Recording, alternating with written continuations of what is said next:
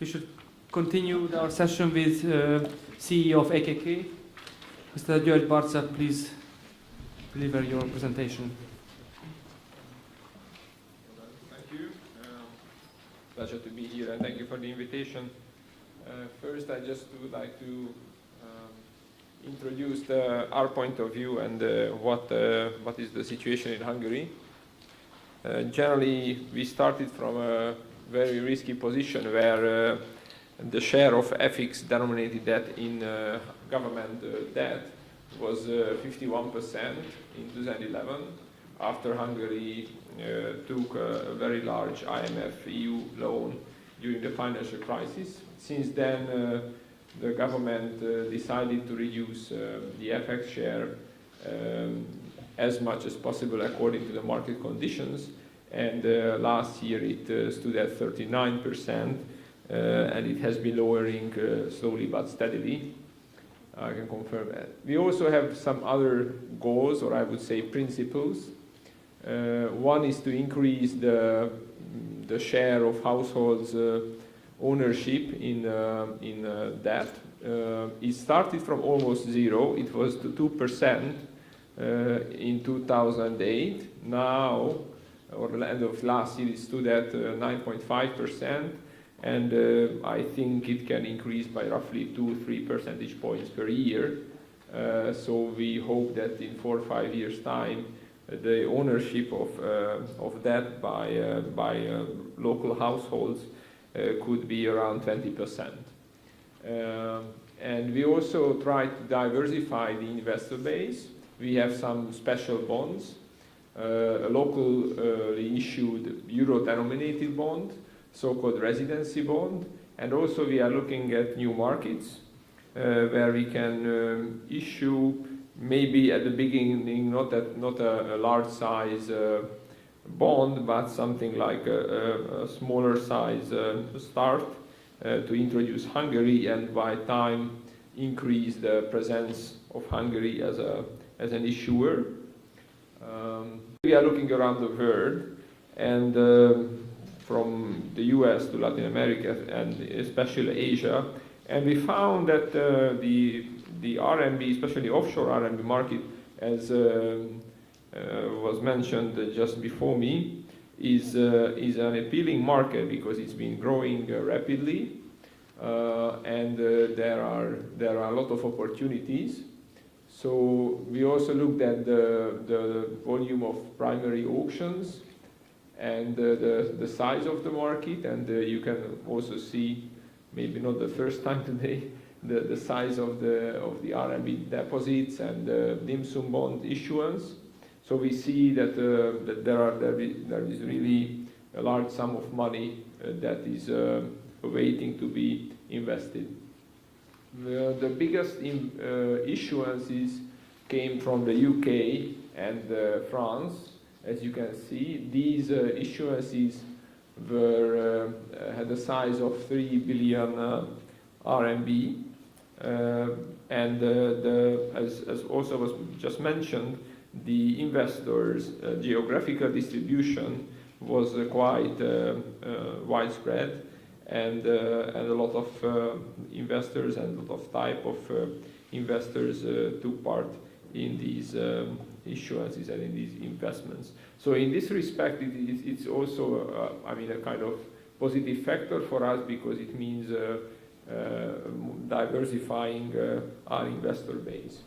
Hungary is not a large country in terms of its nominal GDP in the world, but we have to manage roughly 77% of GDP public debt, of which close 30, as I mentioned, 39%, now 37% is in FX. So we traditionally we issued in euro and dollar benchmark size bonds at longer maturities, like 5 years or 10-year bonds. Generally, the agency was refinancing the FX redemptions, and everything was immediately swapped into euro. So the government of Hungary is just running the euro half exchange rate risk and nothing else. But we think it is given the experience of the last couple of years, it is an important point to diversify the debt and not just focus on the yield, and not just focus on some special markets, but try to diversify the markets where we issue.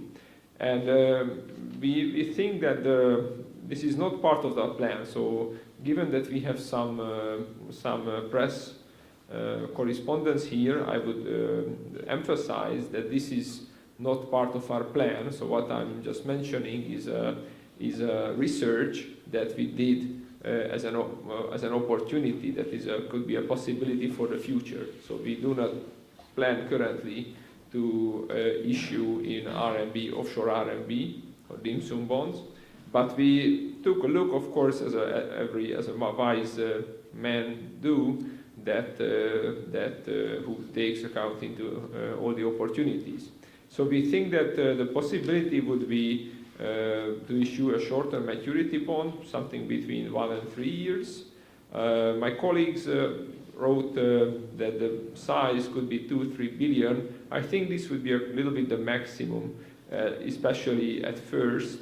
I think the safe size could be just something like $500 million or so in RMB as a starting point. And of course we have to introduce Hungary. We have to explain the story of Hungary, that Hungary is recovering from a severe debt crisis, but Hungary is growing rapidly in European terms. We had the fastest growth in Europe last year, and the macro figures of Hungary have been improving rapidly and steadily, and last week we had an upgrade of the S&P rating, for example, and we expect further upgrades in the coming years.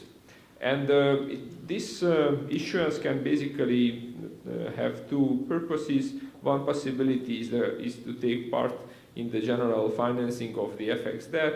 The other possibility is to work together with the central bank, and if the central bank would like to have to expand the FX reserves by RMB, then we can take part as an issuer, and then we can issue it for them.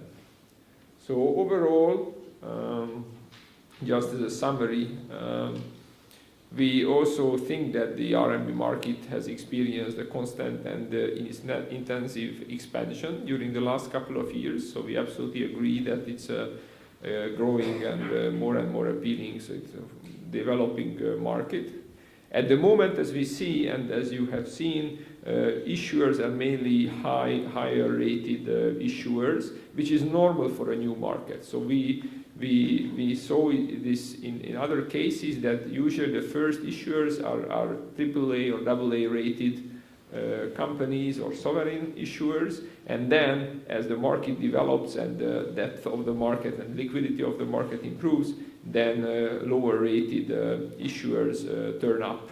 And of course, lower rated issuers can offer a kind of yield premium, and we think in this respect Hungary can be attractive for investors, because we can offer a yield premium, which is in the current global environment is a big advantage. I mentioned that this can diversify our external borrowing, and it's probably a good thing to consider with respect to be the first CE country to have an offshore RMB issuance. As a first mover advantage, we can probably expect some kind of good demand. So overall, I would say that we are examining and we are monitoring the RMB bond market. We have not included this in our financing plan for this year, but of course it's always a good thing to keep all the possibilities open. And as I mentioned, it can satisfy either the goal of the debt management or the goal of the central bank. So we are happy to be here and to be act in accordance with the central bank. Thank you for your attention. Thank you, Mr. Barcza.